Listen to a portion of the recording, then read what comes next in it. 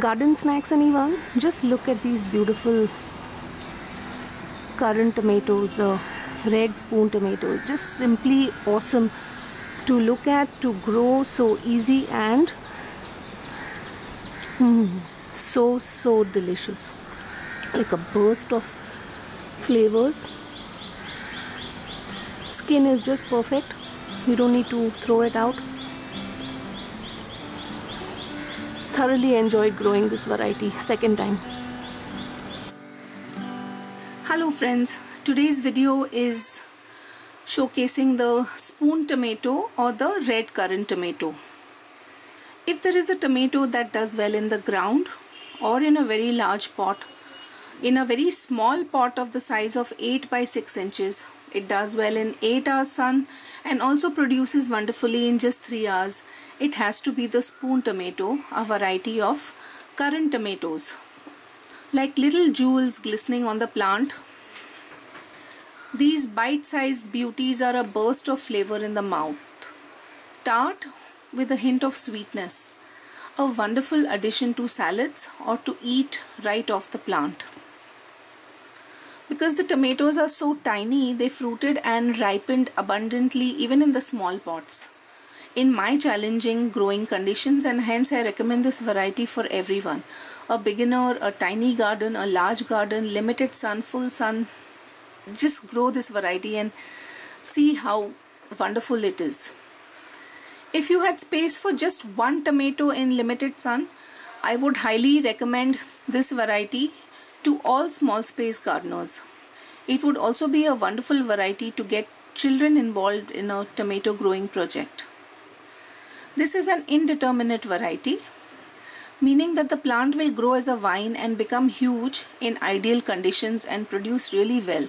So it's a good choice for gardeners with ample space too.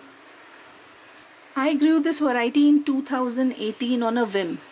I didn't really have space for another tomato plant in a grow bag, and then I thought I could add a variety to grow by growing this one, since it's such a tiny tomato and I felt it would do okay in a small pot.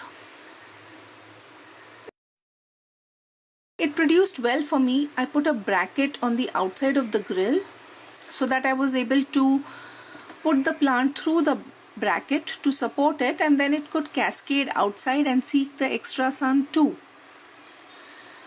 Just one drawback of using such a small pot: once the plant grew bigger, I needed to water the plant daily from the top into the pot, and also some extra water in the holding tray below, because it did wilt even with 4 hours of sun that it received. We loved the taste so much, I just had to regrow it in 2019, and this time I gave it a slightly bigger pot so that I could still place it and grow it in my kitchen growing space. It needs the same sowing and transplanting, and I did this after 8 weeks of sowing the seeds. Needs the same type of fertilizing and water needs just as any other tomato plant. I gave it a potting mix of equal parts of compost, vermicompost, coconut coir and vermiculite in the final transplant. For fertilizing in the green growth phase, I gave the plant liquid fish emulsion, and you can see the video for this on my channel. Once the plant started to flower, I gave it more bloom, which has an NPK of 0-10-10 along with the fish emulsion. So the total NPK the plant was receiving while flowering was 5-11-11, which is a perfect vegetable fertilizer. Liquid fertilizers really help when one is growing in containers, especially small containers, because there is no room left to add any more fertilizer or fresh potting mix during the growing season. In case you are not using liquid fertilizers, you can use, for the green growth phase, you can use neem pellets, groundnut cake, castor cake, compost, vermicompost, cow manure, panchgavya, or any balanced fertilizer that reads 4-4-4 or 5-5-5. You can see my video on how I prepare my fertilizer blend for the vegetable garden. Do try to grow this variety, so wonderfully pleasing visually and to the palate. Indian viewers can buy the seeds during the annual seed sale in August on my Facebook page.